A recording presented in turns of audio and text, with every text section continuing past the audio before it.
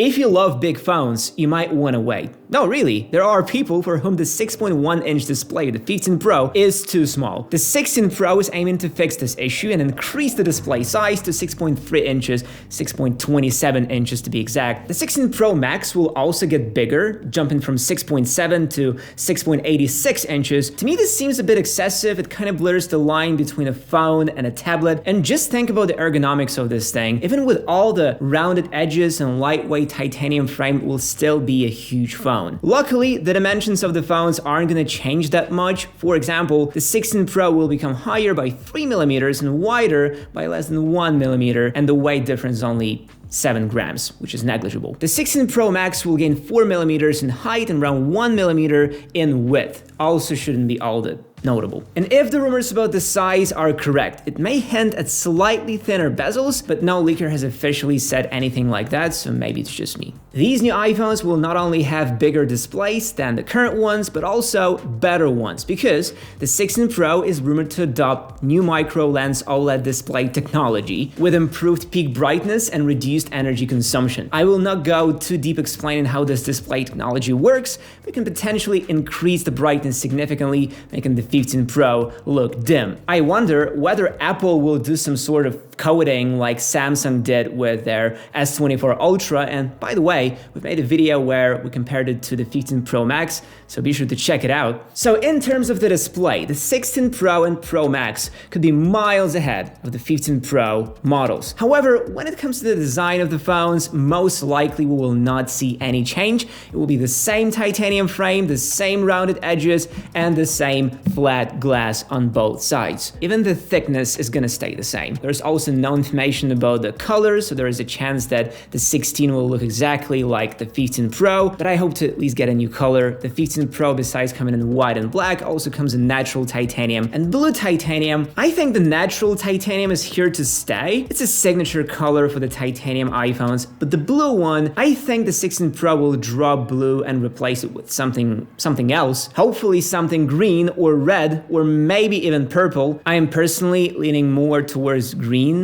I like green. And rumors say that there will be one visual difference, the capture button. Apparently, it's gonna be something similar to the action button that we have on the 15 Pro, but with a different functionality. Rumors say that it's gonna be placed on the right side of the phone where the millimeter wave antenna is, and this capture button looks really promising and interesting. For example, some reports say that it's going to be pressure sensitive and have DSLR-like features. This means pressing lightly to focus and firmly to take a shot. Other reports say that it's going to be touch sensitive, allowing you to alter zoom levels by brushing a finger over the button. Both of these rumors sound interesting, and only time will tell in which direction Apple decides to go. I also think that this button will somehow be connected to the Vision Pro and its spatial videos. This could be the first time in Apple's history where one product gets features to support another product. But will this button be useful or just a gimmick for the select few? Personally, I don't think that the placement is convenient for it to be used daily, so it must be tightly integrated into the camera experience. And by the way, how hard can it be to just tap the screen to focus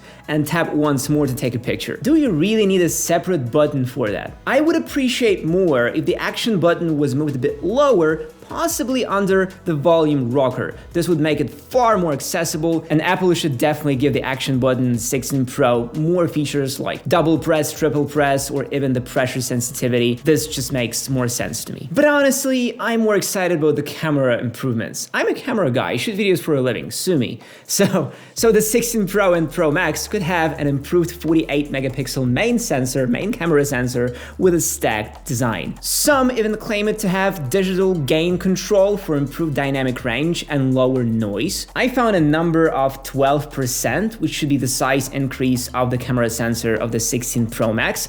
If this number is correct, we will most definitely see improved dynamic range, background blur, and low light performance. I hope that this better sensor will arrive both to the 16 Pro and Pro Max. Some leakers say that the main camera on the 16 Pro Max will have an 8-part hybrid lens with 2 glass elements and 6 plastic elements, which should make the image clear and possibly reduce glare even further. And we both know how much better the iPhone 15 Pro has become in terms of glare when compared to the 14 Pro, so if the 16 Pro will have the same quality improvements, this could be a game changer. But that's not all the changes to the camera system that's gonna make the 16 Pro much better than the 15 Pro, because ultra-wide camera is also getting a 48 megapixel sensor, and this is gonna be huge. Such a sensor will capture more light and the photos will have much more details in them, especially in low light. I hope the ultra-wide camera will also be able to take 48 and 24 megapixel photos, just like the main camera does in the 15 Pro. And also the zoom lenses on both 16 Pro and Pro Max will be Tetra Prism. Currently, only the 15 Pro Max has this tech for its 5x camera, and apparently both 16 Pro and 16 Pro Max will have the same 5x optical zoom camera,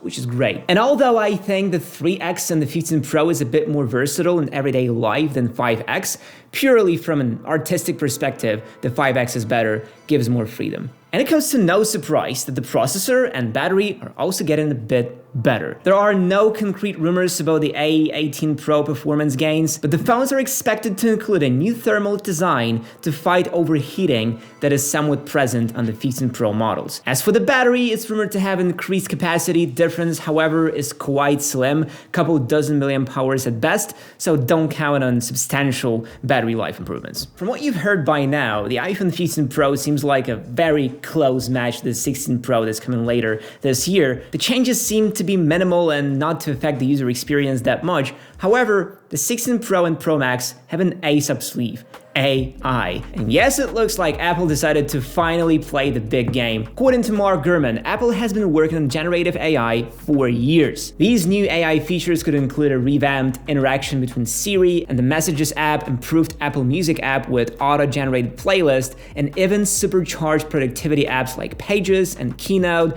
where AI could assist with writing or creating slide decks. The company is also working on a smarter version of Siri that is tightly integrated with AI. Gurman says that this improved Siri will be a part of the iOS 18 update and be available on all iPhones. However, according to TechRev, the on-device AI features will be exclusive to the iPhone 16 Pro models. This means that the A17 Pro inside the 15 Pro doesn't have enough neural cores to properly run the AI model on device. So if you're a heavy AI user, this might be a valid reason to upgrade for you. Despite being deeply interested in AI, don't really need it to be run on device, and I'm perfectly fine to wait a couple of seconds longer for the information to reach Apple servers and come back. We don't know yet whether the price will change or if the minimal storage will be upgraded to 256 gigabytes, but for me, the 16 Pro doesn't look like a very worthy upgrade if you have the iPhone 15 Pro.